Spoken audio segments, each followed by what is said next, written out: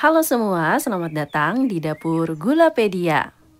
Kali ini aku akan membuat kue kering yang nggak bisa lepas nih dari hari raya. Ya, apalagi kalau bukan nastar. Tapi jangan kaget ya, nastar yang aku buat kali ini super simple karena ini nggak perlu dibuat-buletin. Ya, ini adalah nastar potong yang cara buatnya simple dan cocok banget buat kamu yang males bulet-buletin nastar. Walaupun bentuknya kotak tapi rasanya tetap sama, tetap lembut dan lumer di mulut. Tahap pertama untuk membuat kulit nastarnya, di sini aku menggunakan 250 gram mentega. Aku sendiri menggunakan pure salted butter ya teman-teman. Kalau ingin lebih ekonomis, bisa mencampur antara mentega atau butter dengan margarin. Atau bisa juga pakai full margarin, tapi tentu cita rasanya akan berbeda ya. Selanjutnya tambahkan 50 gram gula halus. Selanjutnya adonan ini tinggal kita aduk hingga tercampur rata dan lembut. Ini aku menggunakan whisker aja ya, nggak pakai mixer nggak masalah. Kalau teman-teman ingin menggunakan mixer pun boleh banget, cukup dengan kecepatan rendah dan sebentar aja. Nah, setelah adonannya sudah lembut seperti ini, lanjut bisa kita masukkan 2 kuning telur. Selanjutnya adonan ini tinggal diaduk rata kembali semuanya hingga tercampur. Oh ya, untuk mentega pada nastar sendiri nggak boleh di mixer hingga mengembang dan pucat ya. Karena nanti adonan nastarnya bakal meleber dan teksturnya bakal rapuh banget.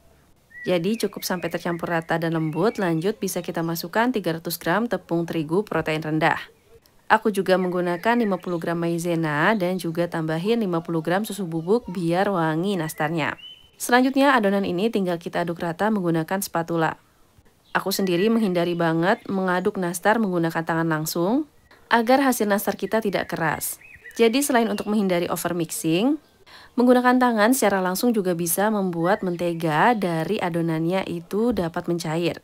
Jadi nanti hasil nastarnya itu bakal lebih keras dan gak bakal berasa lembut ataupun lumer di mulut. Nah, setelah adonannya tidak lengket lagi di tangan kayak gini, ini bisa kita cetak ya.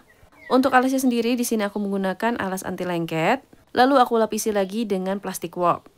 Selain itu teman-teman juga bisa menggunakan plastik transparan yang ukurannya lumayan besar jadi bisa mencakup seluruh adonan ini.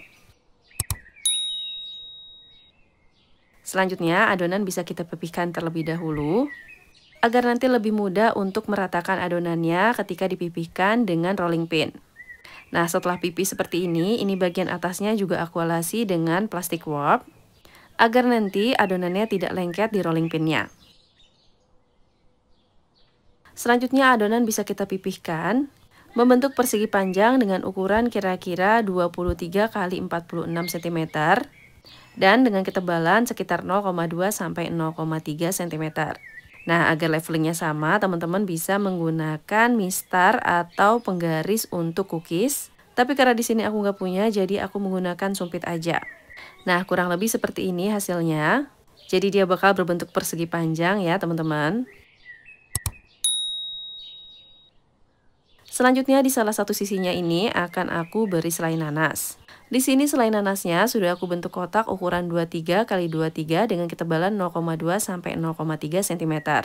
Oh ya, untuk selai nanasnya pakai selai nanas yang kering ya, biar lebih mudah untuk membentuk menjadi kotak seperti ini. Untuk membentuknya di sini aku menggunakan bantuan baking paper. Teman-teman juga bisa menggunakan plastik ya. Oh ya, untuk berat selai nastar yang aku gunakan untuk satu resep adonan nastar ini adalah sekitar 400 gram. Setelah itu selai nanasnya bisa kita tutup dengan bagian kulit nastar yang sebelahnya ya teman-teman. Jadi kita lipat seperti buku kayak gini. Ratakan semua bagian sisinya. Pastikan semua bagian selai nastarnya tertutup dengan kulit nastar. Setelah itu kulit nastarnya bisa kita oles. Di sini aku menggunakan olesan dari 2 kuning telur dan 1 sendok teh minyak. Aduk semua jadi satu, lalu tinggal dioleskan secara merata di atas kulit nastarnya.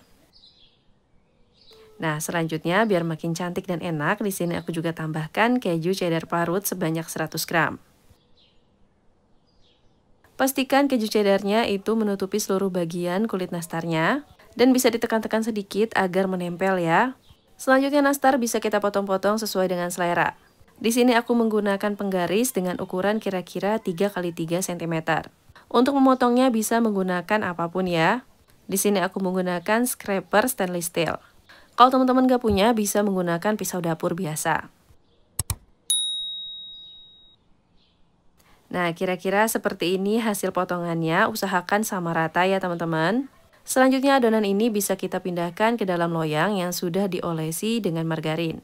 Oh ya, kalau mau lebih praktis, bisa langsung menggunakan loyang sekat dengan ukuran kira-kira 22 kali 22 cm atau 23 kali 23 cm. Aku pernah lihat loyang sekatnya itu ada yang sampai 100 sekat loh. Tapi karena aku nggak punya, jadi aku potong-potong secara manual dan langsung ditaruh di atas loyang seperti ini aja. Dan adonan nastar ini bisa langsung kita panggang, dimana sebelumnya oven sudah aku panaskan 10-15 menit sebelumnya ya. Untuk suhu dan waktunya sudah aku tulis di sini. Aku menggunakan api atas bawah, dan jika sudah coklat keemasan seperti ini tandanya sudah matang.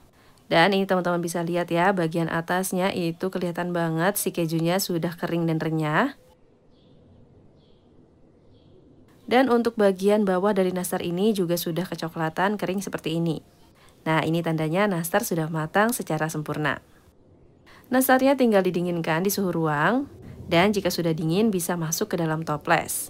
Tutup rapat toplesnya, agar nastar lebih awet ya teman-teman. Jadi yuk coba di rumah. Terima kasih telah menonton, semoga bermanfaat.